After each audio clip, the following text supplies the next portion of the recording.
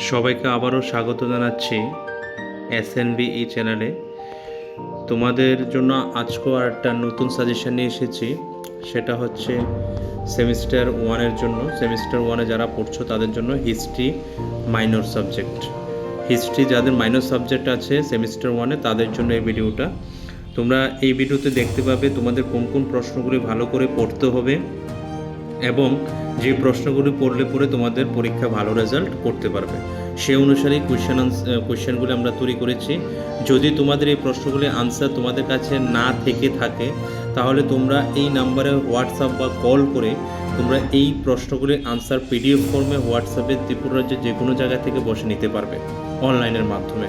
কিন্তু তার জন্য সামান্য কিছু টাকা পে করতে হয়। প্রত্যেকটা পেপারের জন্য মাইনর পেপার আমরা মাত্র 700 টাকা করে নিচ্ছি। তোমার এই 700 টাকার বিনিময়ে তুমি একটা ঘরোয়া টিচারের মতো সমস্ত নোটস রেডিমেড পেয়ে যাবে। তুমি জাস্ট এটাকে লিখে বা প্রিন্ট করে তোমার মতো করে তুমি পড়তে পারো।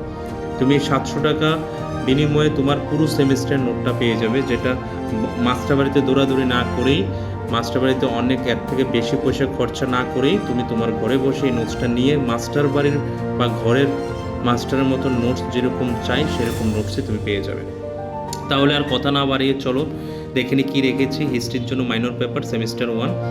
সেখানে প্রথম ইউনিট থেকে আমরা 4টা প্রশ্ন রেখেছি।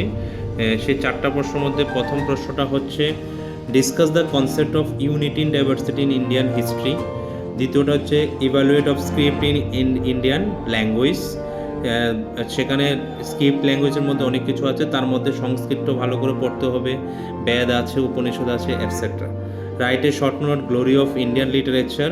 তারপর আছে what is chief principal of Buddhism declined in India why.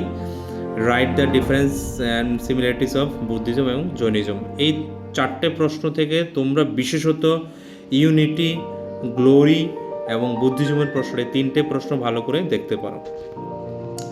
তবে ইউনিট 2 থেকে মাত্র 3টে প্রশ্ন রেখেছি। সেখান থেকে 1 নাম্বার কোশ্চেন হচ্ছে silent feature of ancient Indian education system এবং impact on modern education.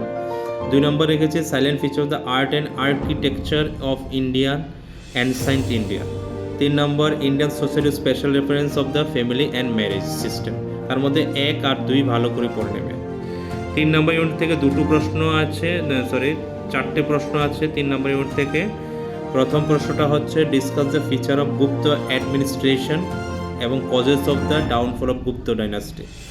Right a short note Indian economic thought Kautilya, বা এটা ঘুরিয়ে আসতে পারে analyse the Indian economic thoughts of ancient India with special reference to Kautilya. Discuss the polity and governance under Maurya period. এরপরে what are 16 Mahajanapadas, discuss the 16 Mahajanapadas. এখান থেকে 4টে প্রশ্ন থেকে তোমরা ভালো করে, আমার মতে প্রথম প্রশ্নটা এবং দ্বিতীয় প্রশ্নটা ভালো করে দেখে নেবে।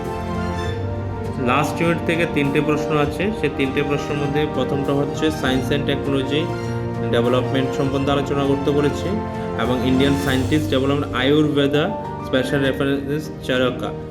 এবং 3 নম্বর রেখেছি কনসেপ্ট আয়ুর্বেদা ইয়োগা এবং নিউরোপ্যাথি সম্পর্কে আলোচনা করতে। তার মধ্যে তোমরা 3টে না পারলে প্রথম 2টা অবশ্যই ভালো করে দেখে নেবে। তাহলে এই হচ্ছে তোমাদের হিস্ট্রি মাইনর পেপারের সাজেশন সেমিস্টার ওয়ানের। এই প্রশ্নগুলি থেকেই আশা করছি অন্যান্য বছরের মতন তোমাদের কমন পড়ে যাবে। 99% কমন বলে দিচ্ছি। তোমরা এগুলির আনসার তৈরি করে নেবে, আর না থাকলে তো হোয়াটসঅ্যাপ বা কল করে নোটস করে নিতে পারো।